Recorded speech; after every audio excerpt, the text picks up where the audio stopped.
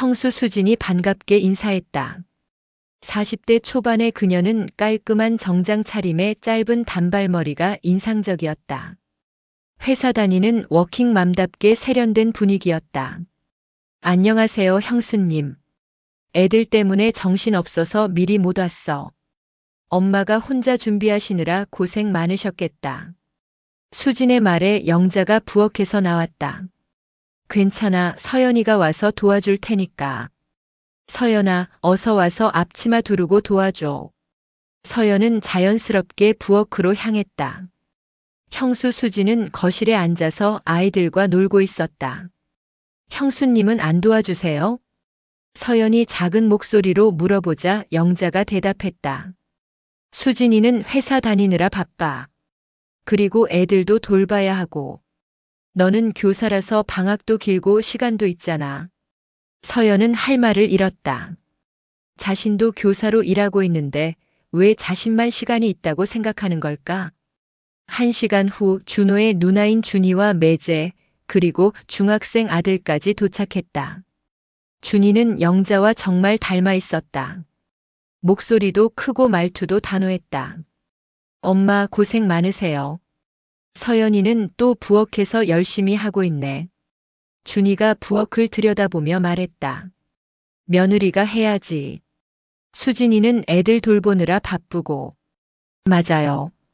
서연이 참 부지런해요. 준이의 칭찬인지 당연하다는 식인지 모를 말에 서연은 애매하게 웃었다. 차례상을 준비하는 동안 서연은 거의 모든 일을 혼자 했다. 나물 무치기, 전 부치기, 탕국 끓이기까지. 가끔 영자가 와서 이건 이렇게 하는 거야라며 지시하는 것 외에는 도움을 받지 못했다. 서연아, 물 좀 떠와. 서연아, 접시 좀 더 가져와. 서연아, 냉장고에서 김치 좀 꺼내줘. 계속해서 서연을 부르는 소리가 들렸다. 마치 자신이 집안의 유일한 일꾼인 것처럼 느껴졌다. 이야기 시작 전 구독과 좋아요, 알림 설정까지 부탁드립니다. 매일 재미있고 흥미진지한 이야기를 소개해드리겠습니다. 토요일 아침 8시 알람이 울리자마자 김서연은 베개 속으로 고개를 파묻었다. 평일에는 7시에 일어나 아이들을 만나러 학교에 가는 것이 설레기까지 했는데 주말 아침은 왜 이렇게 무거울까? 옆에서 코를 고는 남편 준호를 바라보니 부럽기까지 했다. 서연아, 일어나. 오늘 우리 집 가는 날이잖아. 준호가 먼저 일어나 그녀의 어깨를 흔들었다. 평소 같으면 5분만 덜하고 투정을 부렸을 텐데 오늘은 그럴 기분도 나지 않았다. 알았어, 일어날게. 서연은 몸을 일으켜 세워보지만 어깨가 천근만근이었다. 결혼한 지 2년이 되었는데도 여전히 시댁에 가는 것은 긴장되고 부담스러웠다. 아니, 시간이 지날수록 더 그런 것 같았다. 세수를 하고 거울을 보니 얼굴이 어두웠다. 아이들 앞에서는 늘 밝은 미소를 지었는데 집에서의 자신은 왜 이렇게 우울해 보일까? 32살 신입교사는 아니지만 아직 3년 차라 선배들 사이에서 조심스럽기도 하고 아이들과 함께할 때만큼은 정말 행복했다. 하지만 시댁만 가면 그 모든 자신감이 사라져버렸다. 서연아, 뭐 가져갈 거 있어? 부엌에서 준비를 하던 준호가 물었다. 그는 이미 정장 바지에 깔끔한 셔츠를 입고 머리까지 말끔히 정리한 상태였다. 회사에서 성실한 대리로 인정받는 그답게 항상 단정했다. 과일이나 사갈까? 괜찮아, 엄마가 다 준비해 놓으셨을 거야. 준호의 대답에 서연은 씁쓸한 미소를 지었다. 며느리가 뭔가 가져가야 한다는 생각은 없나 보다. 아니, 애초에 그런 건 기대하지도 않는 것 같았다. 2시간 후 서연과 준호는 시댁이 있는 일산의 아파트 단지에 도착했다. 엘리베이터를 타면서 서연은 무의식적으로 옷매무새를 다듬었다. 청바지에 단정한 블라우스, 너무 캐주얼하지도 너무 격식을 차리지도 않은 옷차림이었지만 영자의 시선을 의식하게 됐다. 다 왔다. 현관문을 열고 들어서자 준호가 밝게 인사했다. 어머, 왔구나. 서연아, 어서 와. 거실에서 나온 박영자는 61세의 나이에도 꼿꼿한 자세와 단정한 옷차림을 유지하고 있었다. 파마를 한 짧은 머리와 진한 립스틱이 그녀의 강인한 성격을 보여주는 것 같았다. 안녕하세요, 어머니. 어서 들어와. 아침은 먹었어? 네, 먹고 왔어요. 그래도 뭔가 좀 먹어야지. 부엌에 과일 깎아놨으니까 가져다가. 서연은 자연스럽게 부엌으로 향했다. 이것이 그녀의 역할이라는 것을 이제는 알고 있었다. 부엌에는 정말로 사과와 배가 먹기 좋게 깎여서 접시에 담겨 있었다. 아버지는 어디 계세요? 서재에서 신문 보고 계셔. 가서 인사드려. 서연은 과일 접시를 들고 거실로 나와서 시아버지가 있는 서재로 향했다. 박태수는 65세의 퇴직 공무원으로 집안에서도 항상 정장 차림이었다. 그는 신문을 보다가 서연을 보고 고개를 끄덕였다. 왔구나, 고생했어. 안녕하세요, 아버지. 과일 좀 드세요. 그래, 고맙다. 태수는 짧은 대화를 나눈 후 다시 신문에 집중했다. 서연은 그가 무뚝뚝하지만 나쁜 사람은 아니라는 것을 알고 있었다. 문제는 영자였다.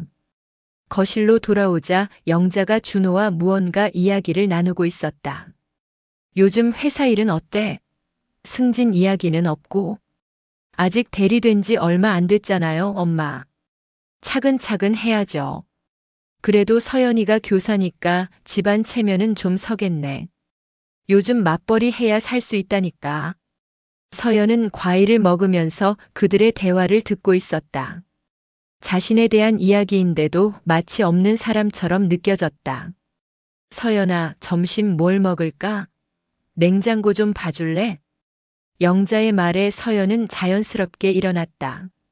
이것도 그녀의 역할이었다. 냉장고를 열어보니 김치찌개용 김치와 돼지고기, 각종 밑반찬들이 준비되어 있었다. 김치찌개 끓여드릴까요? 그래, 그게 좋겠다. 밥은 이미 해놨으니까. 서연은 앞치마를 두르고 요리를 시작했다. 김치를 볶고 물을 넣고 돼지고기를 넣는 익숙한 과정이었다. 준호는 거실에서 아버지와 합류해 텔레비전을 보고 있었고 영자는 서연이 요리하는 모습을 지켜보며 간간히 조언을 했다. 김치는 좀 더 볶아야 맛있어. 그리고 고기는 미리 양념해 놨어야 했는데. 다음에는 그렇게 할게요. 서연은 대답했지만 속으로는 그럼 미리 말씀을 해주시지 하고 생각했다. 하지만 그런 말은 할 수 없었다.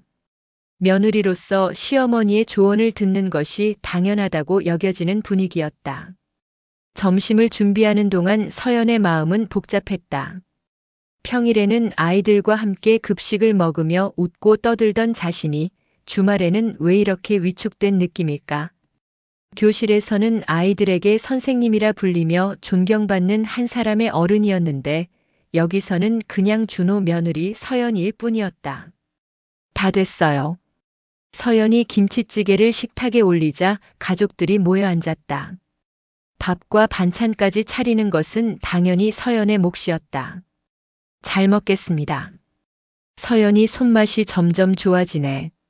처음에는 짜기만 했는데. 영자의 말에 준호가 웃으며 대답했다. 우리 서연이 요리 실력 늘었죠? 집에서도 맛있게 해줘요. 그래도 아직 멀었어. 며느리가 음식 솜씨는 좀 있어야 하는데. 서연은 숟가락을 든 손이 조금 떨렸다. 칭찬인지 지적인지 모를 애매한 말들이 그녀를 더욱 위축되게 만들었다. 평일에는 간편하게 해먹거나 외식도 자주 하는데 시댁에 오면 꼭 완벽한 며느리가 되어야 한다는 압박감이 있었다. 서연아, 설거지까지 부탁해. 나는 좀 쉬어야겠다. 식사가 끝나자 영자는 소파에 누워 텔레비전을 보기 시작했다. 준호와 태수는 서재로 들어가 무언가 이야기를 나누고 있었다. 서연은 혼자 주방에서 설거지를 했다. 4인분의 그릇과 냄비, 후라이팬까지. 평소 집에서는 준호도 설거지를 도와주는데 시댁에서는 그런 모습을 본 적이 없었다. 어쩌면 준호도 시댁에서는 아들의 역할만 하면 되는 것일까? 설거지를 마치고 거실로 나오니 영자가 말했다. 서연아, 화분에 물 좀 줄래? 베란다에 있는 화분들 말이야. 네, 알겠어요. 베란다로 나가니 정말 많은 화분들이 있었다. 장미, 제라늄, 허브류까지 다양한 식물들이 가득했다. 서연은 물뿌리개로 하나씩 물을 주면서 생각에 잠겼다. 나도 꽃을 좋아하는데 여기서는 물 주는 사람일 뿐이네. 그때 준호가 베란다로 나왔다. 뭐해? 어머니가 화분에 물 주라고 하셔서요. 아, 그래? 고마워. 준호는 그렇게 말하고는 다시 들어갔다. 서연은 잠깐 서운했다. 고마워할 일인가? 당연한 일인가? 오후 시간이 흘러가면서 서연은 점점 지쳐갔다. 과일을 또 깎아오라는 말, 커피를 끓여달라는 말, 빨래를 걷어달라는 말들이 계속 이어졌다. 물론 거절할 수는 없었다. 며느리니까. 저녁 준비 시간이 되었을 때 서연은 다시 부엌에 섰다. 이번에는 불고기와 미역국, 그리고 몇 가지 반찬을 만들어야 했다. 영자가 옆에서 지켜보며 이것저것 지적했다. 고기 양념은 미리 해놓는 게 좋고 미역은 너무 오래 끓이면 맛없어져. 네, 알겠어요. 서연은 대답했지만 속으로는 지쳤다. 학교에서도 하루 종일 서서 아이들을 가르치고 주말에도 쉴 틈 없이 움직이고 있었다. 준호는 거실에서 편안하게 아버지와 드라마를 보고 있었다. 저녁을 먹으면서 태수가 말했다. 서연아, 고생 많았어. 맛있다.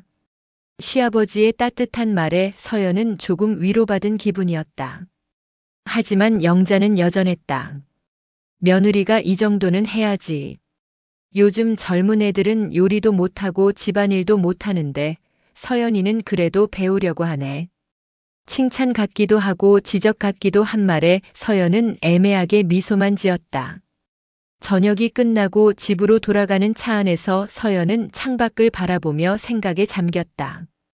준호는 운전하면서 가끔 서연을 쳐다봤지만 별다른 말은 하지 않았다. 오늘 고생했어. 집에 도착해서야 준호가 말했다. 응. 서연의 대답이 힘없자 준호가 물었다. 왜? 피곤해? 응, 조금. 우리 엄마가 좀. 그래도 나쁜 뜻은 아니야. 원래 저런 분이야. 서연은 대답하지 않았다. 나쁜 뜻이 아니라고? 그럼 좋은 뜻인가? 며느리를 집안일 도우미 정도로 생각하는 것이 좋은 뜻인가? 그날 밤 서연은 잠자리에 누워서도 잠이 오지 않았다. 옆에서 잠든 준호를 바라보며 생각했다. 남편은 시댁에서 편안해 보였다. 당연하겠지, 그곳은 그의 집이니까. 하지만 자신에게는 어떤 의미일까? 서연은 스마트폰을 켜고 절친 미정에게 메시지를 보냈다. 잠 안 와서 그런데. 시댁 다녀왔어. 오늘도 지친 하루였네. 곧 미정의 답장이 왔다. 또 그랬어? 언제까지 그렇게 살 거야? 미정의 직설적인 말에 서연은 한숨을 쉬었다. 언제까지 그렇게 살 거냐고. 자신도 모르겠다. 그냥 며느리는 원래 그런 것이라고 생각하며 살아왔는데 정말 그게 맞을까? 창밖으로 보이는 아파트 불빛들을 바라보며 서연은 생각했다. 저 많은 집들 중에 자신과 같은 며느리가 몇이나 될까? 그들은 다 행복할까 아니면 자신처럼 답답함을 느낄까? 월요일이 되면 다시 아이들을 만나게 된다. 그때는 다시 자신 있고 밝은 김서연 선생님이 될 수 있다. 하지만 주말마다 반복되는 이런 일상이 언제까지 계속될지 막막했다. 서연은 눈을 감으며 작은 소망을 품어보았다. 언젠가는 시댁에서도 며느리가 아닌 한 사람의 성인으로 준호의 아내로 존중받을 수 있을까? 그런 날이 정말 올까? 밤이 깊어가고 준호의 잔잔한 숨소리만 들리는 침실에서 서연은 천천히 변화에 대한 갈망을 키워가고 있었다. 아직은 작은 씨앗 같은 마음이었지만 언젠가는 큰 변화를 만들어낼 것만 같았다. 추석 연휴가 시작되는 목요일 오후 서연은 교무실에서 마지막 업무를 정리하고 있었다. 연휴 동안 아이들이 안전하게 지낼 수 있도록 가정통신문을 점검하고 연휴 후 수업 준비까지 마무리해야 했다. 서연 선생님, 연휴 계획 어떻게 되세요? 옆자리에 박민수 선생님이 물었다. 40대 중반의 그는 이미 아이들이 중고등학생인 베테랑 교사였다. 시댁에 가서 차례 지내야죠. 선생님은요? 우리는 처가에 가기로 했어요. 아내 쪽 형제들이 많아서 늘 북적거리죠. 그래도 시댁보다는 편하더라고요. 민수의 말에 서연은 씁쓸하게 웃었다. 처가는 편하고 시댁은 불편하다는 것이 당연한 일인 걸까? 그래도 명절이니까 가족들과 함께 보내는 게 좋죠. 맞아요. 서연 선생님도 연휴 잘 보내세요.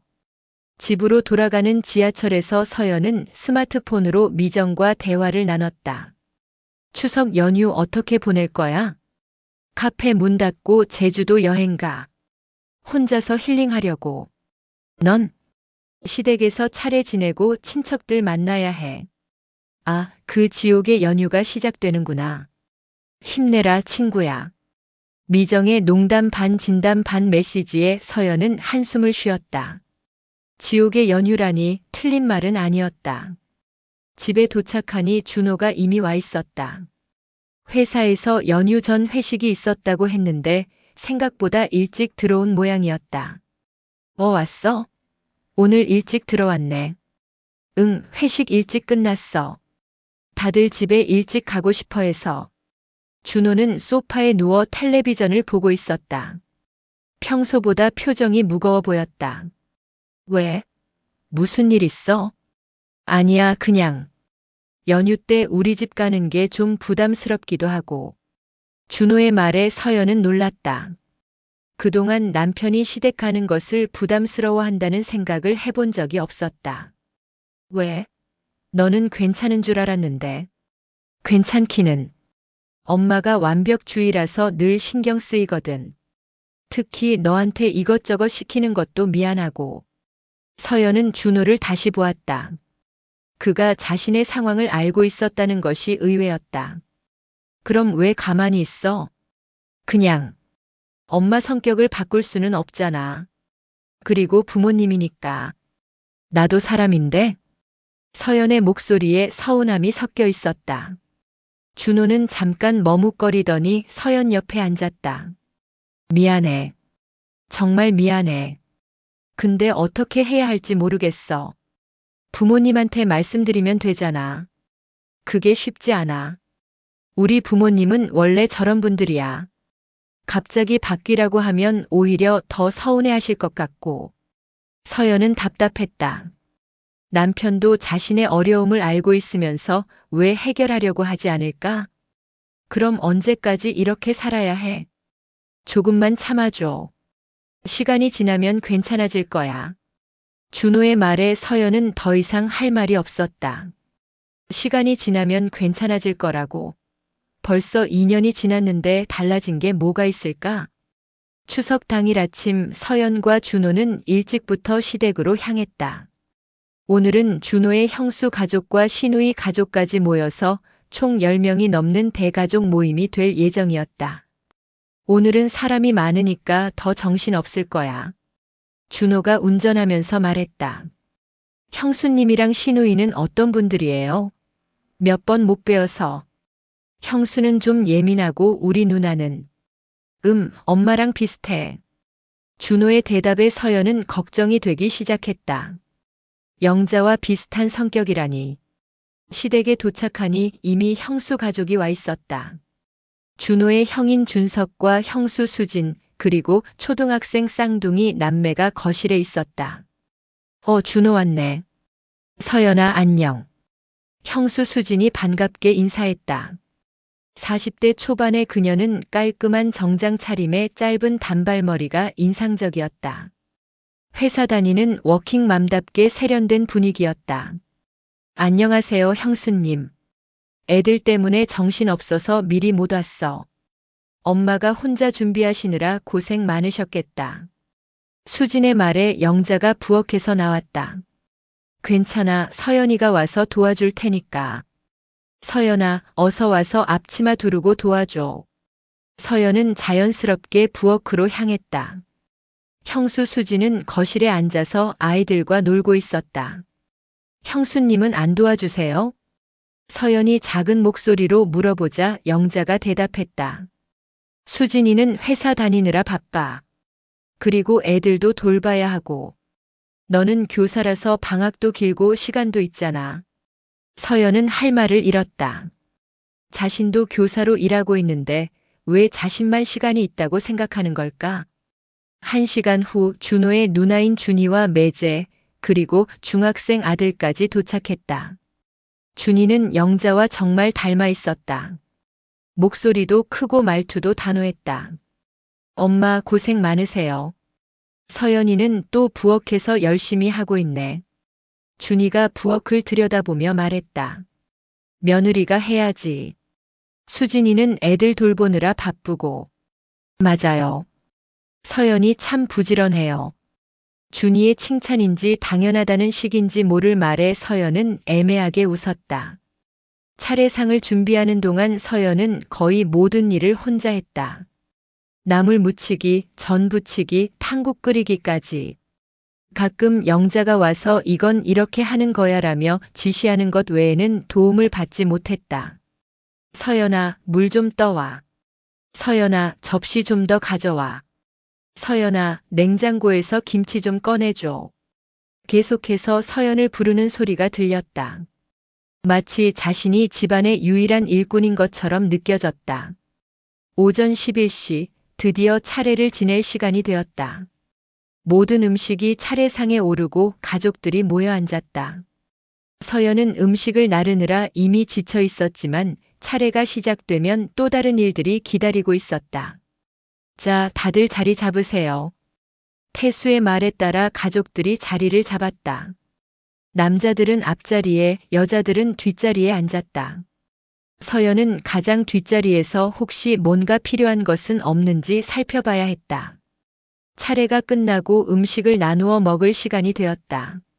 서연은 다시 부엌으로 가서 밥과 국을 따로 준비해야 했다. 서연아, 애들 그릇부터 챙겨줘. 서연아, 어른들 숟가락 젓가락도 가져다 드려. 서연아, 김치가 부족한 것 같은데 더 가져와. 끊임없는 부름에 서연은 점점 지쳐갔다. 다른 사람들은 편안하게 앉아서 음식을 먹고 있는데 자신은 계속 서서 이것저것 챙겨야 했다. 서연이 참 부지런하다. 우리 준호 복 많이 받았네. 친척 중 한 명이 말했다. 며느리가 저래야지. 요즘 젊은 애들은 시집 와서도 공주병인데. 영자가 대답했다. 서연은 그 말을 들으며 씁쓸했다. 자신이 부지런한 게 아니라 다른 선택의 여지가 없을 뿐이었다. 점심시간이 지나고 친척들이 거실에서 이야기를 나누고 있을 때도 서연은 부엌에서 설거지를 하고 있었다. 10명이 넘는 사람들이 쓴 그릇과 냄비, 접시들이 산더미 같았다. 서연아, 설거지 다 했어? 차 좀 끓여줘. 영자의 목소리가 들려왔다. 네, 곧 끓여드릴게요. 서연은 대답했지만 속으로는 한계를 느끼고 있었다. 아침부터 지금까지 앉을 틈도 없이 일만 했다. 오후 3시경 친척들이 차를 마시며 담소를 나누고 있을 때였다. 서연은 겨우 잠깐 앉아서 차를 마시고 있었다. 서연아, 과일 좀 깎아서 내와. 영자가 말했다. 어머니, 제가 좀 쉬고 있는데요. 다른 분이 하시면 안 될까요? 서연이 조심스럽게 말했다. 하루 종일 쉬지 않고 일한 것에 대한 최소한의 항의였다. 그러자 거실의 분위기가 갑자기 차가워졌다. 영자의 표정이 굳어졌고 다른 친척들도 서연을 바라봤다. 뭐라고? 며느리가 시어머니한테 그런 말을 해? 영자의 목소리가 높아졌다. 죄송해요, 어머니. 그런 뜻이 아니라. 그런 뜻이 아니라 뭐야? 과일 깎는 게 그렇게 힘들어? 하루 종일 뭘 했다고? 하루 종일 일했잖아요. 서연의 목소리도 조금씩 커지기 시작했다. 이랬다고. 이게 일이야? 시댁에서 도와드리는 게 당연한 거지, 일이야? 영자의 말에 서연은 더 이상 참을 수 없었다. 어머니, 저도 사람이에요. 아침부터 지금까지 앉을 틈도 없이 일했어요. 다른 분들은 편히 쉬고 계시는데 왜 저만 계속 일해야 해요? 뭐? 이 애가 지금 뭐라고 하는 거야? 영자는 화를 내며 일어났다. 거실에 있던 모든 사람들이 서연을 바라봤다. 준호는 당황한 표정으로 서연을 바라봤고 태수는 난처한 표정이었다. 서연아, 진정해. 준호가 조용히 말했다. 진정하라고. 당신은 하루 종일 거실에서 편히 쉬면서 진정하라고. 서연의 목소리에 눈물이 섞여 있었다. 며느리가 어른한테 어떻게 말하는 거야? 버릇없이. 영자가 소리쳤다. 버릇없다고요? 제가 뭘 잘못했어요? 하루 종일 시키는 대로 다 했는데 뭘 더 어떻게 하라는 거예요? 서연도 더 이상 참지 않았다. 이 애가 정말. 준호야, 내 아내 좀 데리고 가. 영자가 준호에게 말했다. 엄마, 서연이도 힘들었을 거예요. 준호가 조심스럽게 말했지만 영자는 더욱 화를 냈다. 힘들었다고. 며느리가 시댁에서 일하는 게 힘들다고 하는 거야? 그럼 저는 며느리니까 계속 일만 해야 해요?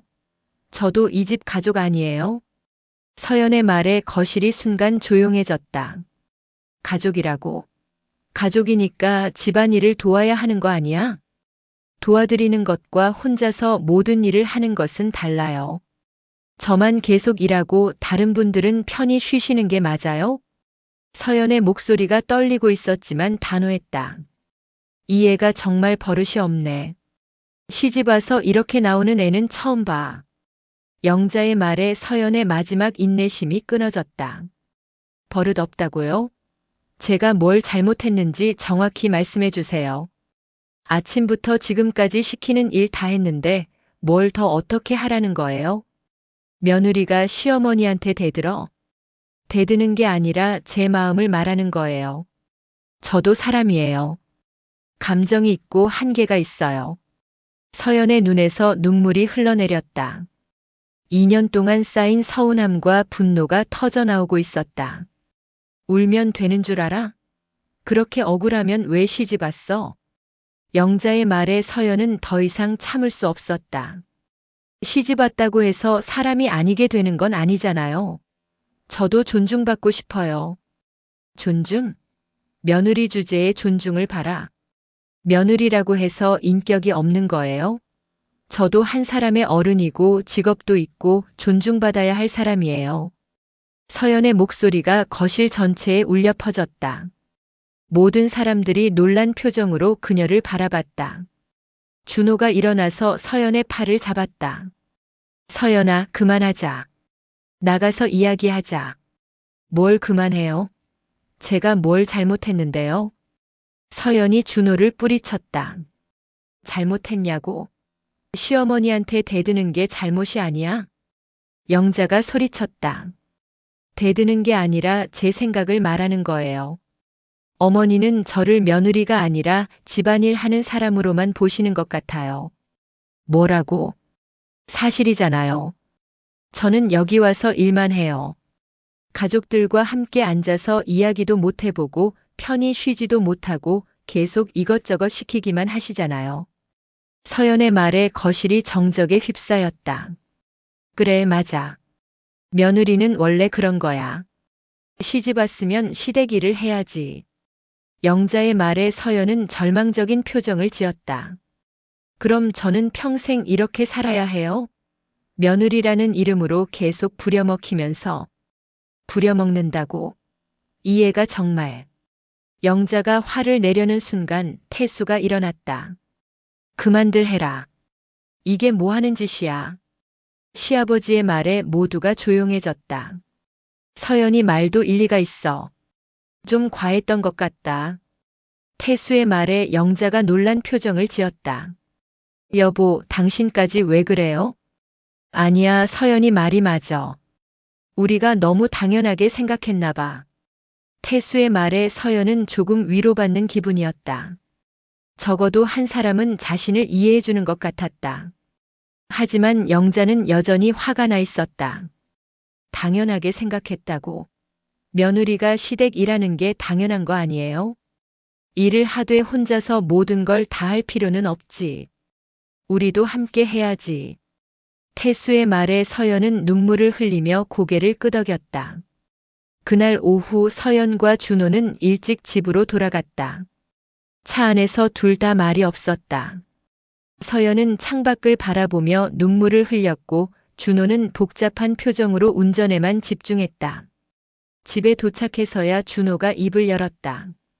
미안해, 서연아. 뭐가 미안해요? 내가 너를 보호해주지 못해서. 준호의 말에 서연은 더욱 서러워졌다. 당신은 왜 가만히 있었어요? 당신 아내가 그렇게 힘들어하는데? 나도 어떻게 해야 할지 모르겠어. 모르겠다고요? 당신 부모님한테 말하면 되잖아요. 그게 쉽지 않아. 우리 엄마 성격 알잖아. 서연은 준호를 바라보며 실망스러운 마음을 감출 수 없었다. 남편조차 자신을 지켜주지 않는다면 누가 자신을 지켜줄 수 있을까? 그날 밤 서연은 미정에게 전화를 걸었다. 미정아, 나 시댁에서 큰일 났어. 뭔 일이야? 서연은 하루 있었던 일을 모두 이야기했다. 미정은 조용히 들어주었다. 잘했어, 서연아. 뭘 잘했어? 난 이제 어떻게 해야 하지? 당연한 소리를 한 거야. 너 잘못한 거 하나도 없어. 하지만 이제 시댁에 가기 더 어려워질 것 같아. 그럼 안 가면 되지. 너까지 굽힐 필요 없어. 미정의 말에 서연은 조금 위로받았다. 적어도 자신을 이해해주는 사람이 있다는 것만으로도 힘이 났다. 하지만 앞으로 어떻게 해야 할지는 여전히 막막했다. 오늘의 일로 시댁과의 관계는 더욱 복잡해질 것 같았고 준호와의 관계도 어색해질 것 같았다. 서연은 침대에 누워 천장을 바라보며 생각했다. 오늘 자신이 한 말들이 정말 옳은 것이었을까? 아니면 정말로 버릇없는 며느리가 된 것일까? 하지만 한 가지는 확실했다. 더 이상 예전처럼 참고만 살 수는 없다는 것이었다. 오늘의 일을 계기로 뭔가는 바뀌어야 했다. 그것이 좋은 방향이든 나쁜 방향이든 말이다. 추석 연휴가 끝나고 일주일이 지났지만 서연과 준호 사이의 분위기는 여전히 어색했다. 평소보다 대화도 줄었고 서로 눈치만 보고 있었다. 준호는 시댁에서 일어난 일에 대해 더 이상 언급하지 않았고 서연도 굳이 먼저 이야기를 꺼내지 않았다. 월요일 아침 서연은 평소보다 일찍 집을 나섰다. 학교에서라도 마음의 평온을 찾고 싶었다. 교실에 들어서자 아이들의 밝은 인사소리가 들렸다. 선생님 안녕하세요. 안녕, 다들 추석 연휴 잘 보냈어? 네. 할머니 집에 갔어요. 저는 놀이공원 갔어요. 아이들의 즐거운 이야기를 들으며 서연은 조금씩 마음이 풀렸다. 여기서만큼은 자신이 존중받는 선생님이었다. 아이들에게는 서연이 단순한 며느리가 아니라 믿고 따를 수 있는 어른이었다. 선생님 연휴 때 뭐 하셨어요? 한 아이가 물어왔다. 가족들과 함께 시간을 보냈단다. 서연은 애매하게 대답했다. 아이들에게 복잡한 어른들의 사정을 말할 수는 없었다. 수업을 하는 동안 서연은 잠시나마 시댁의 일을 잊을 수 있었다. 아이들과 함께 웃고 그들의 질문에 답해주고 칭찬해주는 시간들이 그녀에게는 치유가 되었다. 점심시간 교무실에서 동료 교사들과 이야기를 나누던 중 박민수 선생님이 물어왔다. 서연 선생님 연휴 잘 보내셨어요? 표정이 좀 어두워 보이시는데. 아, 네. 그냥 조금 피곤해서요. 시댁에서 고생 많이 하셨나 보네요. 저희 집 며느리들도 항상 고생해요. 민수 선생님의 말에 서연은 쓴웃음을 지었다. 며느리의 고생은 어디나 비슷한 모양이었다. 선생님 집은 어떻게 하세요? 저희는 가능하면 며느리들 부담 덜어주려고 해요. 아들들한테도 집안일 도우라고 하고요. 시대가 바뀌었잖아요. 민수 선생님의 말에 서연은 부러움을 느꼈다. 모든 집이 다 그런 건 아니구나. 그날 저녁 집에 돌아온 서연은 거실에서 텔레비전을 보고 있는 준호를 발견했다. 평소보다 일찍 들어온 모양이었다. 일찍 들어왔네? 응, 오늘 일이 일찍 끝나서. 준호의 대답이 어색했다. 서연도 부엌에서 간단히 저녁을 준비하며 말을 아꼈다. 저녁을 먹는 동안에도 둘 다 말이 없었다. 평소 같으면 하루 있었던 일들을 서로 이야기하곤 했는데 오늘은 그런 분위기가 아니었다. 식사를 마치고 설거지를 하는 서연을 보며 준호가 조심스럽게 말을 꺼냈다. 서연아. 네. 지난주 일. 미안해. 서연은 설거지하던 손을 멈추고 준호를 바라봤다. 뭐가 미안해요? 내가 너를 제대로 지켜주지 못해서. 준호의 목소리에 진심이 담겨 있었다. 지금 와서 그런 말 해봤자 뭐해요. 정말 미안해. 나도 어떻게 해야 할지 몰라서 그랬어. 서연은 한숨을 쉬며 설거지를 계속했다. 당신은 왜 그렇게 부모님 눈치만 봐요? 그게 어릴 때부터 그랬어. 부모님한테 반항해 본 적이 없어서. 저도 사람인데 왜 저한테는 참으라고만 해요? 준호는 대답하지 못했다. 당신 부모님한테는 한마디도 못하면서 저한테는 참으라고 하는 게 이기적이라고 생각 안 해요? 미안해, 정말 미안해. 미안하다고만 하지 말고 뭔가 해봐요. 서연의 목소리가 점점 높아졌다.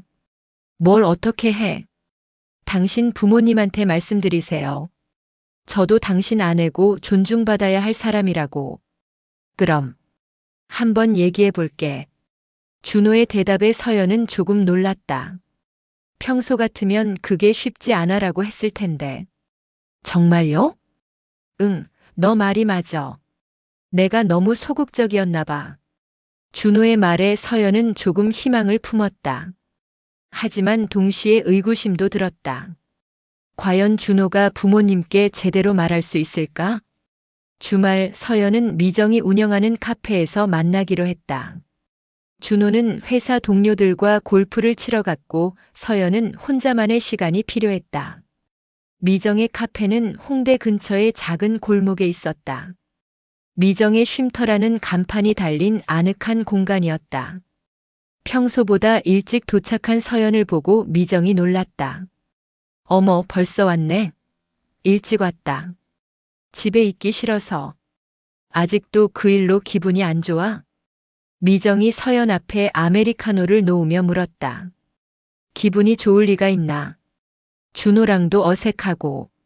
준호는 뭐래? 미안하다고만 해. 그리고 부모님한테 말씀드리겠다고 하긴 했는데. 믿어져?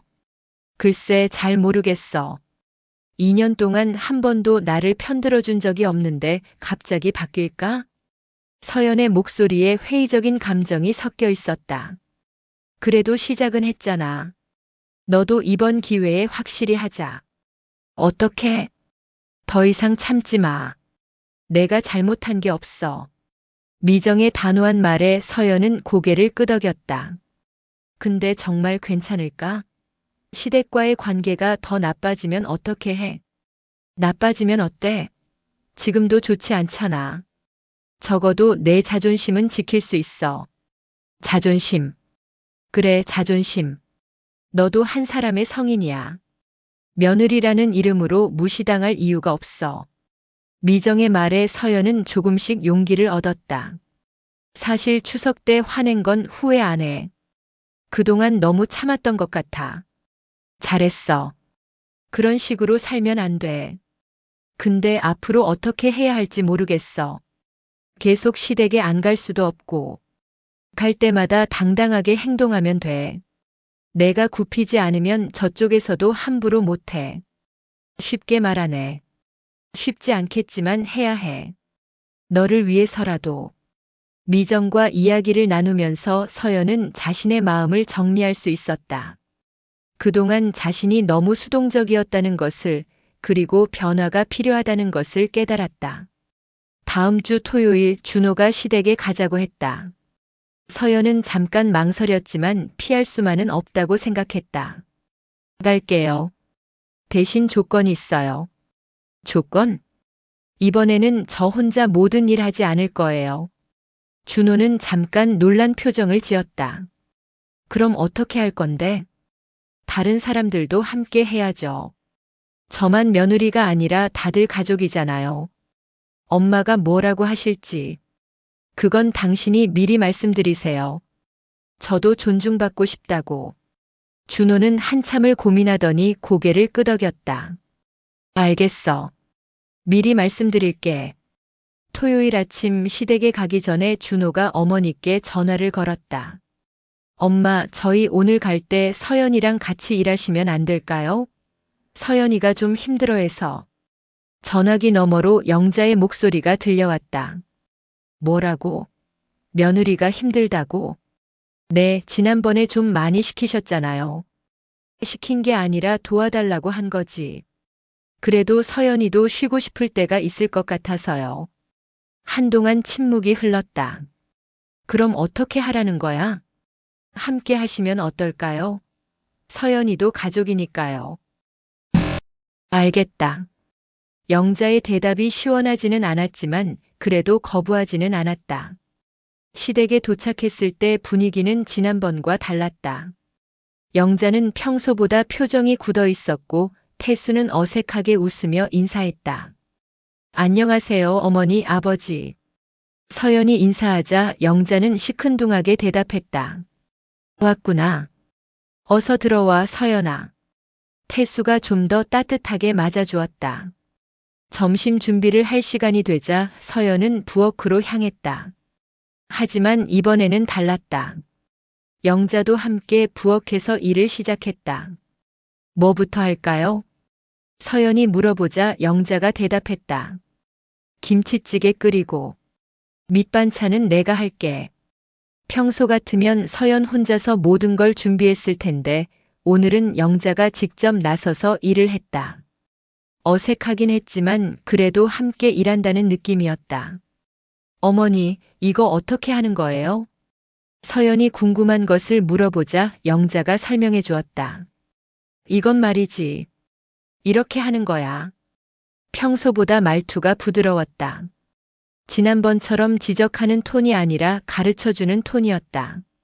준비가 거의 끝날 때쯤 준호가 부엌으로 와서 물었다. 뭐 도울 일 없어요? 아, 준호야. 상 차리는 것 좀 도와줘. 영자가 아들에게 말했다. 평소 같으면 서연에게 혼자 차리라고 했을 텐데. 점심을 먹는 동안 분위기는 여전히 어색했지만 그래도 지난번보다는 나았다. 서연도 다른 사람들과 함께 앉아서 식사를 할 수 있었다. 식사 후 설거지를 할 때도 영자가 함께 도와주었다. 내가 설거지 할게. 너는 그릇만 정리해. 네, 알겠어요. 함께 일하면서 영자가 조심스럽게 말을 꺼냈다. 지난번에 좀 심했나? 서연은 영자를 바라봤다. 사과라고 하기에는 애매했지만 그래도 자신의 행동을 돌아보는 말이었다. 어머니도 힘드셨을 거예요. 그래도 너도 힘들었을 텐데. 영자의 말에 서연은 조금 놀랐다. 처음으로 자신의 감정을 인정받는 느낌이었다. 괜찮아요. 저도 좀 감정적이었던 것 같아요. 아니야, 내 말도 맞았어. 너무 당연하게 생각했나 봐. 영자의 말에 서연은 안도감을 느꼈다. 완전한 사과는 아니었지만 그래도 자신의 마음을 이해해 주려는 노력은 보였다. 그날 오후 서연은 다른 가족들과 함께 거실에서 시간을 보낼 수 있었다. 평소 같으면 혼자 부엌에서 이것저것 준비하고 있었을 텐데 오늘은 달랐다. 서연아, 학교 일은 어때? 태수가 물어왔다. 재미있어요. 아이들이 정말 순수하고 예뻐요. 그래, 교사 일이 보람있겠네. 네, 아이들한테 배우는 것도 많고요. 평소 같으면 이런 대화를 나눌 기회가 없었는데 오늘은 가족의 일원으로 대화에 참여할 수 있었다. 영자도 가끔씩 서연에게 말을 걸었다. 요즘 학생들은 어때? 예전보다 버릇 없다고 하던데. 아니에요. 다들 착해요.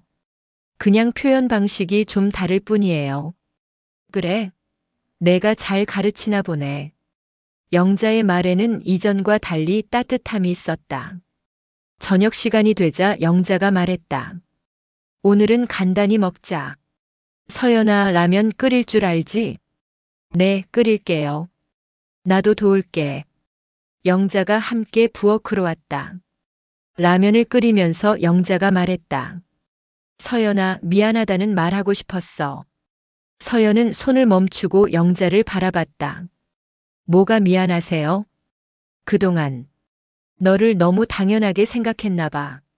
며느리라고 해서 뭐든지 시켜도 된다고 생각했어.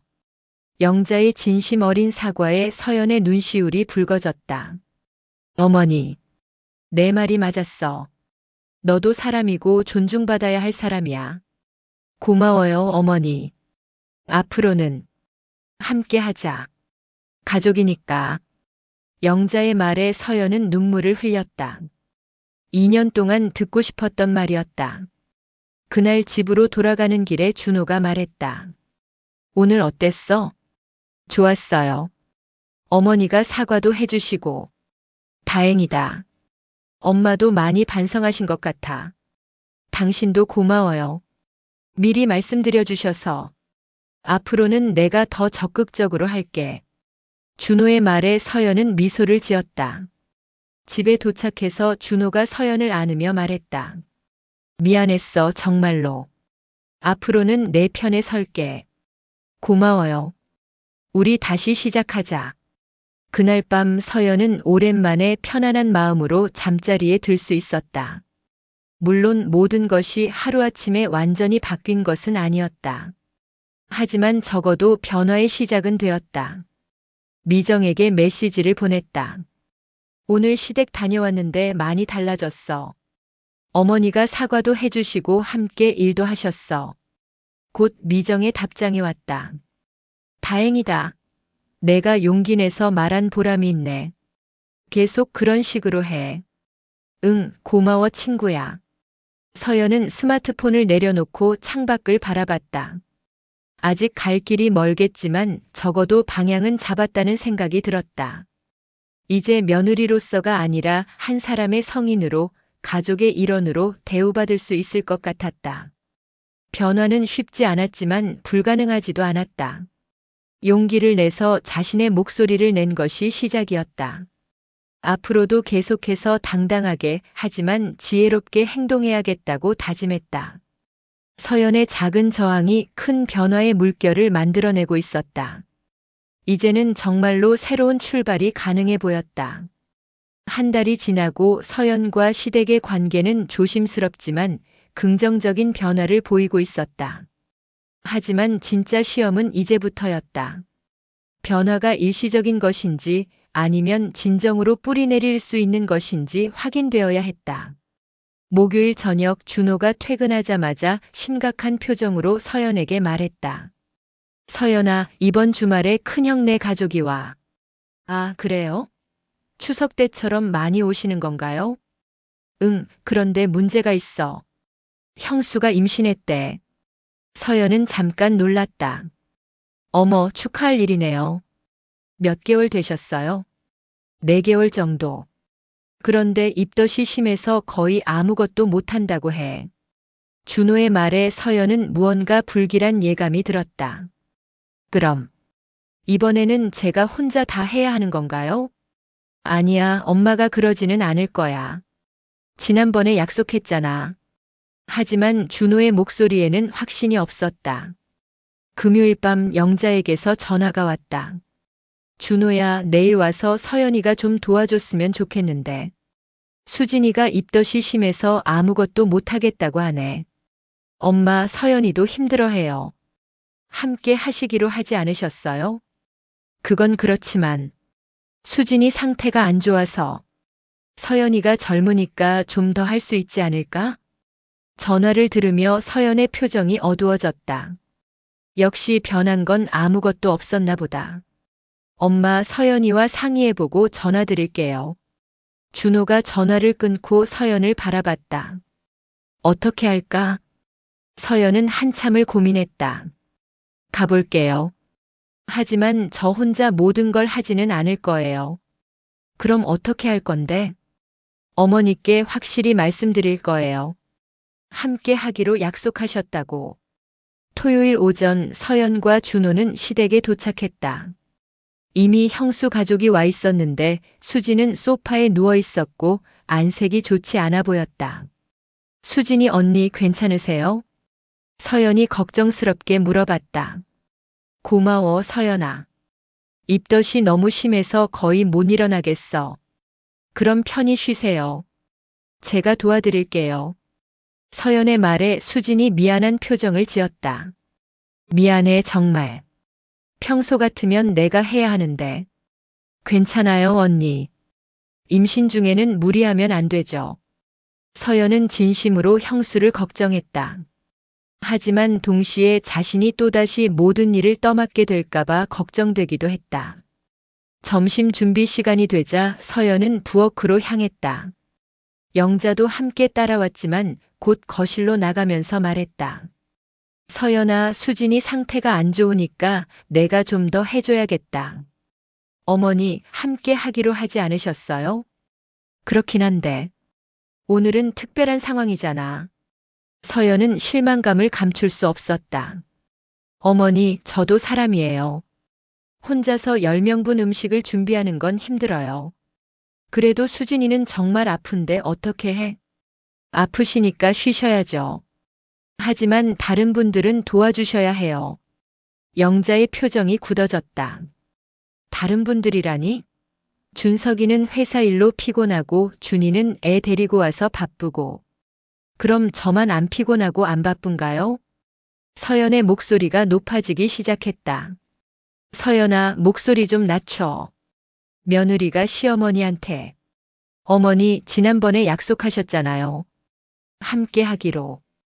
약속은 했지만 상황이 다르잖아. 영자도 목소리를 높였다. 거실에서 대화하던 사람들이 부엌 쪽을 바라봤다. 준호가 부엌으로 들어왔다. 왜 그래요?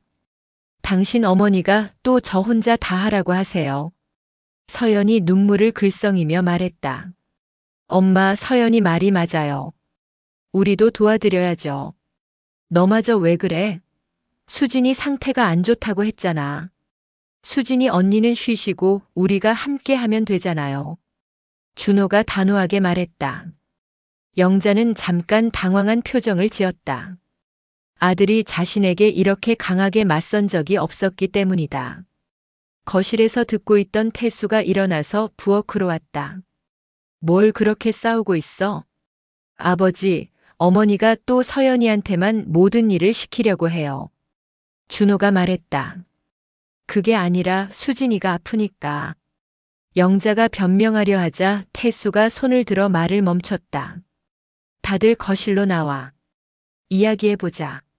온 가족이 거실에 모였다. 수지는 여전히 소파에 누워 있었고 아이들은 방에서 게임을 하고 있었다. 무슨 일인지 다시 설명해봐. 태수가 말했다. 아버지, 지난번에 어머니가 저와 함께 일하기로 약속하셨는데 오늘은 또 저 혼자 다 하라고 하세요. 서연이 차분하게 말했다. 수진이가 아프니까 어쩔 수 없잖아. 영자가 반박했다. 언니가 아프시니까 쉬셔야죠. 하지만 왜 저만 일해야 해요?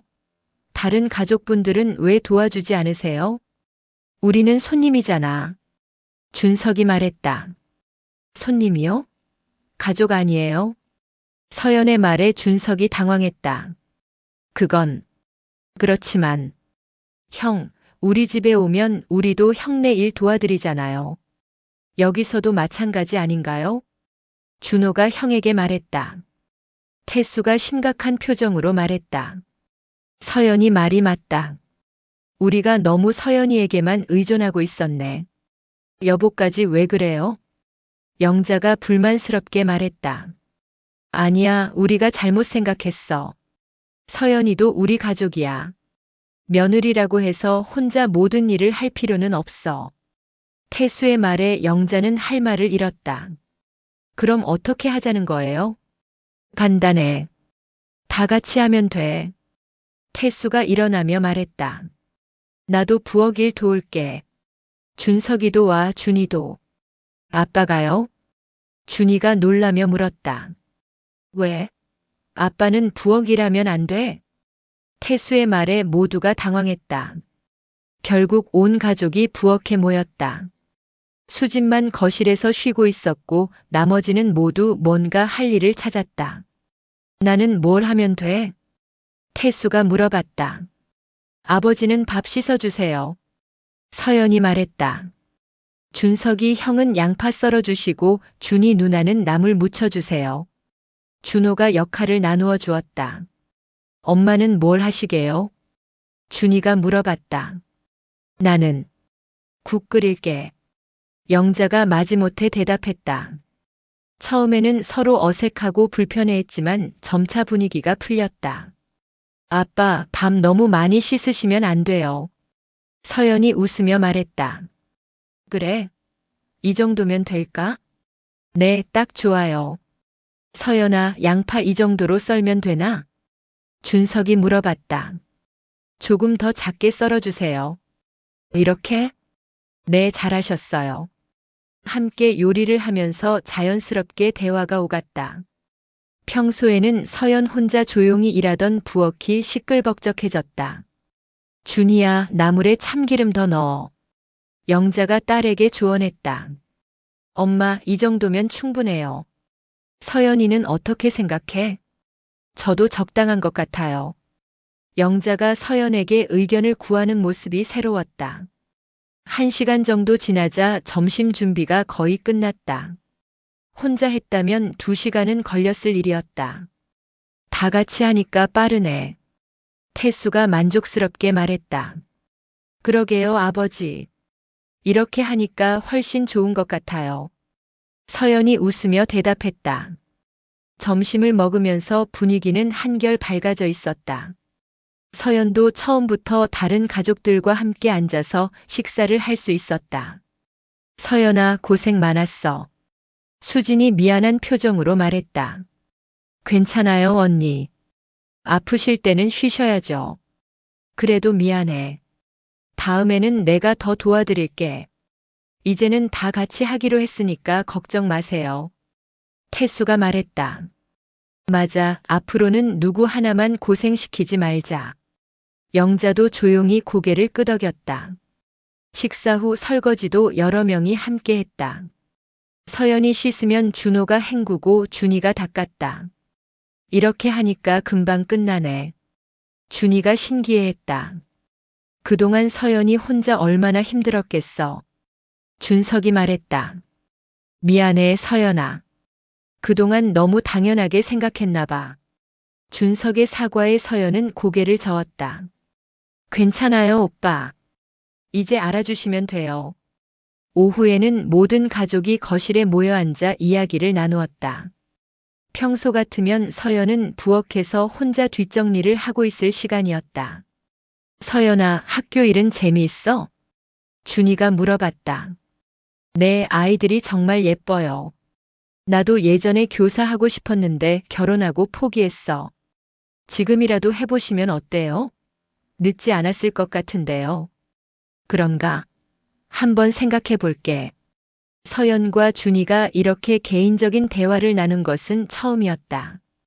수진도 컨디션이 좀 나아져서 대화에 참여했다. 서연아, 결혼 생활 어때? 우리 준호 잘해? 네, 잘해요. 요즘은 집안일도 도와주고요. 그래? 예전에는 안 그랬는데. 사람이 변했나 봐요. 준호가 쑥스럽게 웃었다. 저녁이 되어 집으로 돌아가는 길에 준호가 서연에게 말했다. 오늘 어땠어? 좋았어요. 정말로 가족이 된 기분이었어요. 아빠가 부엌 일 도우실 때는 정말 놀랐어. 저도요. 시아버지가 그렇게 적극적으로 나서실 줄은 몰랐어요. 우리 아빠가 생각보다 개방적이신 것 같아. 다행이에요. 시아버지라도 제 편에 서주셔서. 엄마도 많이 바뀌신 것 같아. 처음에는 불만스러워 하시더니 나중에는 괜찮아 하시더라. 어머니도 나름대로 고민이 많으셨을 거예요. 갑자기 바뀌라고 하니까. 서연의 이해하는 말에 준호가 놀랐다. 너 정말 대단해. 그런 상황에서도 엄마를 이해하려고 하다니. 싫어하는 건 아니에요, 어머니를. 그냥 존중받고 싶었을 뿐이에요. 이제는 존중받는 것 같아? 네, 점점 나아지는 것 같아요. 집에 도착해서 준호가 서연을 꼭 안으며 말했다. 고생 많았어, 정말로. 당신도 고생했어요. 가족들 설득하느라. 이제 우리 정말 새 출발할 수 있을 것 같아. 네, 그런 것 같아요. 그날 밤 서연은 미정에게 전화를 걸었다. 미정아, 오늘 정말 신기한 일이 있었어. 뭔데? 서연은 하루 종일 있었던 일을 자세히 이야기했다. 와, 시아버지가 직접 나서시다니. 대박이네. 그러게, 나도 놀랐어. 시어머니는 어때? 처음에는 불만스러워 하시더니 나중에는 괜찮아 하시더라. 사람이 바뀔 수 있구나 싶었어. 다행이다가 정말. 내가 포기하지 않고 끝까지 버틴 보람이 있네. 아직 완전히 해결된 건 아니지만 그래도 희망이 보여. 당연하지. 이제 시작일 뿐이야. 계속 당당하게 살아. 고마워, 미정아. 내가 힘이 되어줘서. 별 말씀을. 친구 좋은 일에 힘이 되는 건 당연한 거지. 전화를 끊고 서연은 창밖을 바라봤다. 완전한 해결은 아니지만 적어도 가족들이 자신을 이해하려고 노력하고 있다는 것을 느낄 수 있었다. 변화는 하루아침에 일어나지 않았다. 하지만 작은 용기에서 시작된 변화가 점점 큰 파장을 만들어내고 있었다. 이제 서연은 정말로 며느리가 아닌 가족의 일원으로 받아들여지고 있었다. 앞으로도 크고 작은 시행착오가 있겠지만 이제는 혼자가 아니었다. 가족들이 함께 하고 있었고 그것만으로도 충분히 희망적이었다. 6개월이 흘렀다. 서연과 시댁의 관계는 이제 완전히 달라져 있었다. 매주 토요일 시댁 방문이 더 이상 부담스럽지 않았고 오히려 기다려지는 일이 되었다. 11월의 쌀쌀한 토요일 오전, 서연은 평소처럼 시댁에 갈 준비를 하고 있었다. 하지만 오늘은 특별한 날이었다. 수진의 출산이 임박해서 온 가족이 모이기로 한 날이었다. 서연아, 오늘 뭐 가져갈까? 준호가 물어봤다. 예전에는 서연 혼자 고민하던 일이었는데 이제는 준호도 함께 생각해 주었다. 수진 언니가 좋아하는 과일 사가지고 갈까요? 포도나 배 어때요? 좋은 생각이야. 그리고 아기용품도 좀 준비해 가자. 벌써 준비하셨을 텐데요. 그래도 우리 마음이잖아. 준호의 배려에 서연은 미소를 지었다. 남편이 이렇게 세심해진 것도 변화 중 하나였다. 시댁에 도착하니 이미 온 가족이 모여 있었다. 수지는 배가 많이 부른 상태로 소파에 앉아 있었고 영자는 부엌에서 분주히 움직이고 있었다. 어머니, 안녕하세요. 뭐 도와드릴까요? 서연이 부엌으로 가자 영자가 반갑게 맞아주었다. 어머, 서연아 왔구나. 고마워. 그런데 너무 무리하지 마. 오늘은 내가 대부분 할게. 괜찮아요. 함께 해요. 그래도 내가 평일에 일하느라 피곤할 텐데. 영자의 배려에 서연은 감동했다. 예전에는 상상도 할 수 없었던 일이었다. 정말 괜찮아요. 어머니 혼자 하시기 힘드실 텐데. 곧 준호와 태수, 준석도 부엌으로 와서 도움을 주었다. 이제는 가족 모임 때마다 모든 구성원이 함께 일하는 것이 자연스러운 일상이 되었다. 아빠, 오늘은 뭘 도와드릴까요? 준호가 아버지에게 물어봤다. 나는 밑반찬 준비를 도와드릴까? 좋아요, 아버지. 서연이 대답했다. 이제는 시아버지와도 자연스럽게 대화할 수 있었다. 점심을 준비하면서 영자가 서연에게 조심스럽게 말했다. 서연아, 그동안 정말 미안했어. 처음에 너를 너무 힘들게 했지? 어머니, 이제 그런 말씀 하지 마세요. 다 지난 일이에요. 아니야, 말하고 싶어서 그래. 나도 며느리였는데 왜 내 마음을 몰라줬는지 모르겠어. 영자의 진솔한 말에 서연의 마음이 뜨거워졌다. 시대가 달랐으니까요. 어머니도 나름대로 힘드셨을 거예요. 그래도 변명이 안 돼. 너는 정말 착하다. 어머니도 많이 바뀌셨잖아요. 저도 어머니한테 많이 배워요. 배우긴 뭘 배워. 오히려 내가 너한테 배우는 게 더 많아. 영자의 말에 서연은 웃었다. 이런 대화를 나눌 수 있게 된 것 자체가 기적 같았다. 한편 거실에서는 수진이 준이와 이야기를 나누고 있었다. 서연이 정말 대단한 것 같아. 어떻게 엄마를 저렇게 바꿔놨지? 수진이 말했다. 서연이가 용기를 냈으니까 가능했던 것 같아. 우리는 그냥 당연하게 생각하고 있었는데. 준이가 대답했다. 맞아. 이제 와서 생각해보니까 정말 미안해. 우리도 도와야 했는데. 다행히 지금이라도 깨달았잖아. 늦지 않았어. 그래도 서연이한테 고마워해야겠어. 두 형수들의 대화를 들으며 서연은 진정으로 가족이 된 기분을 느꼈다. 점심 식사 후 태수가 온 가족을 거실로 모았다. 오늘 중요한 이야기가 있어서 모여달라고 했어. 모든 사람들이 궁금한 표정으로 태수를 바라봤다. 무슨 이야기세요, 아버지? 준호가 물어봤다. 서연이 일 때문에야. 서연은 갑작스러운 말에 당황했다. 저요? 응, 너 때문에 우리 가족이 정말 많이 바뀌었어.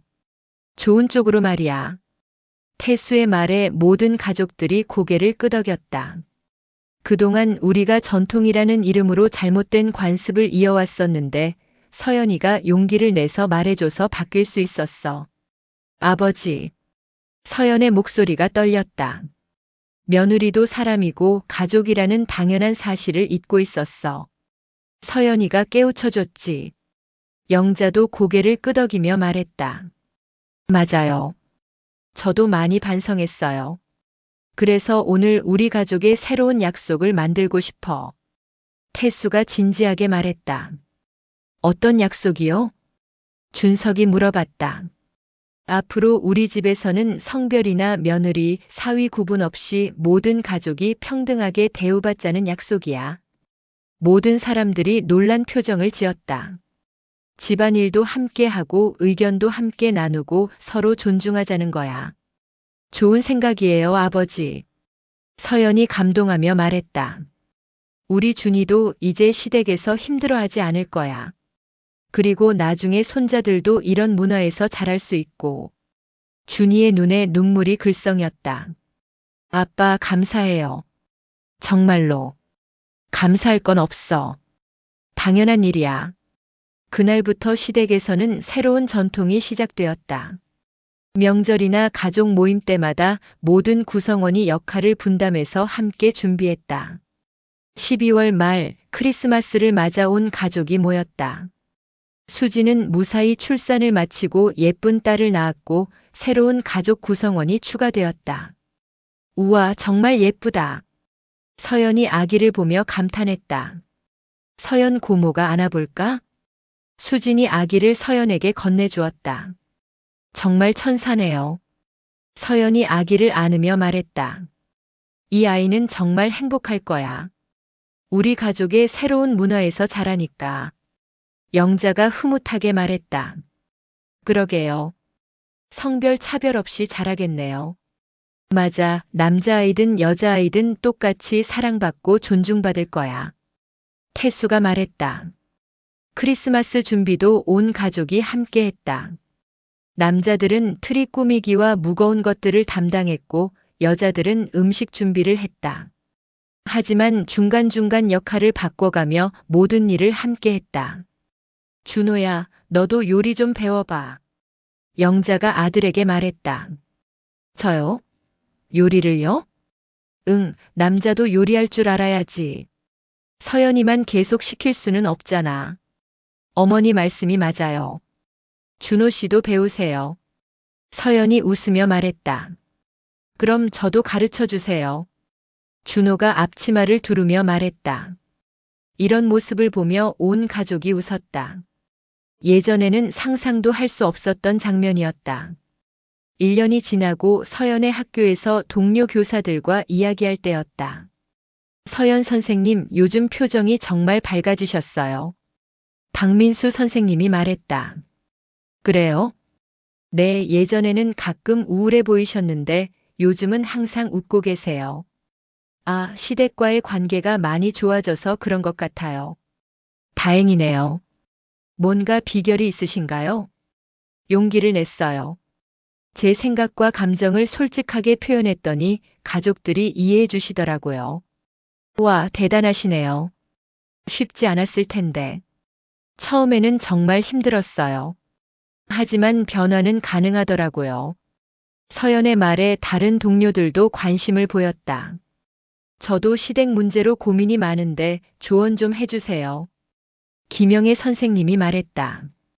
가장 중요한 건 자신을 존중하는 거예요. 며느리라고 해서 인격이 없어지는 건 아니니까요. 말은 쉬운데 실제로 하기는 어렵더라고요. 처음에는 작은 것부터 시작하세요. 그리고 남편의 지지를 받는 게 중요해요. 서연의 조언에 동료들이 고개를 끄덕였다. 서연 선생님 덕분에 희망이 생겨요. 변화는 정말 가능해요. 포기하지 마세요. 주말 오후 서연은 미정의 카페에서 만났다. 오랜만에 둘만의 시간이었다. 정말 많이 달라졌다. 표정부터가 다르네. 미정이 말했다. 그래? 나도 그런 기분이야. 시댁은 어때? 완전히 괜찮아졌어? 완전이라고 할 수는 없지만 정말 많이 달라졌어. 이제는 시댁 가는 게 기대될 정도야. 대박. 정말 신기해. 사람이 바뀔 수 있구나. 사람은 다 바뀔 수 있는 것 같아. 단지 계기가 없었을 뿐이지. 내가 그 계기를 만든 거네. 혼자서는 불가능했을 거야. 가족들이 모두 노력해줬으니까 가능했던 거지. 서연의 말에 미정이 감동했다. 진짜 멋있어. 나도 나중에 결혼하게 되면 너처럼 해야겠어. 너는 워낙 당당하니까 그런 문제는 없을 것 같은데. 그래도 배울 점이 많아. 너의 인내심과 지혜 말이야. 지혜라니 그냥 살기 위해서 한 거야. 그게 지혜지. 적절한 때에 적절한 방법으로 문제를 해결한 거잖아. 미정의 말에 서연은 뿌듯했다. 추석이 다시 돌아왔다. 1년 전 큰 갈등이 있었던 그 명절이었다. 하지만 이번에는 완전히 다른 분위기였다. 서연아, 올해는 뭘 준비할까? 영자가 며느리에게 의견을 물어봤다. 어머니 생각은 어떠세요? 글쎄, 너무 무리하지 말고 간단하게 할까? 좋은 생각이에요. 요즘 다들 바쁘시니까요. 그럼 각자 하나씩만 맡아서 준비하자. 태수가 제안했다. 저는 전을 부칠게요. 서연이 말했다. 나는 나물을 준비할게. 영자가 말했다. 아빠는 과일을 준비하시고 준석이는 고기, 준이는 떡을 맡아줘. 준호가 역할을 분배했다. 모든 준비를 각자가 분담해서 하니 부담도 줄고 더 즐거웠다. 차례를 지낸 후 온 가족이 둘러앉아 이야기를 나누었다. 작년 이맘때 생각나네. 태수가 말했다. 그때 정말 큰일 날 뻔했죠. 준석이 웃으며 말했다. 서연이가 용기를 내줘서 다행이야. 그렇지 않았으면 우리 가족이 어떻게 됐을지 몰라. 영자가 서연을 바라보며 말했다. 어머니, 그런 말씀하지 마세요. 아니야, 정말이야. 너 덕분에 우리가 더 좋은 가족이 됐어. 우리 모두 함께 노력했으니까 가능했던 거죠. 서연의 말에 모든 가족들이 고개를 끄덕였다. 그날 밤 집으로 돌아온 서연과 준호는 침대에 누워 대화를 나누었다. 정말 많이 달라졌네. 준호가 말했다. 그러게요. 1년 전에는 상상도 못했을 일들이에요. 너 정말 대단해. 어떻게 그런 용기를 낼 수 있었지? 선택의 여지가 없었어요. 그대로 살 수는 없었으니까. 나도 많이 배웠어. 가족을 지킨다는 게 뭔지. 우리 모두 성장한 것 같아요. 앞으로도 계속 이렇게 살 수 있을까? 물론이죠. 이제는 되돌아갈 수 없을 만큼 달라졌어요. 서연의 확신에 찬 말에 준호가 미소를 지었다. 우리 아이들도 이런 가정에서 자라겠네. 그럼 더 좋죠. 성별 차별 없이 서로 존중하는 문화에서 자랄 수 있을 테니까. 정말 좋은 변화야. 단지 시작일 뿐이에요. 앞으로 더 많은 가정에서 이런 변화가 일어났으면 좋겠어요. 서연의 말에 준호가 고개를 끄덕였다. 창밖으로 보이는 달빛을 바라보며 서연은 생각했다. 작은 용기에서 시작된 변화가 이렇게 큰 결실을 맺을 줄 누가 알았을까? 이제는 정말로 며느리가 아닌 한 사람의 성인으로 가족의 소중한 구성원으로 살아갈 수 있게 되었다. 변화는 가능했다. 그것도 생각보다 아름다운 변화였다. 서연은 만족스러운 미소를 지으며 잠들었다. 내일도 그 다음 날도 계속해서 행복한 가정을 만들어갈 자신이 있었다. 며느리도 사람이라는 너무나 당연한 진실이 이제야 빛을 발하고 있었다.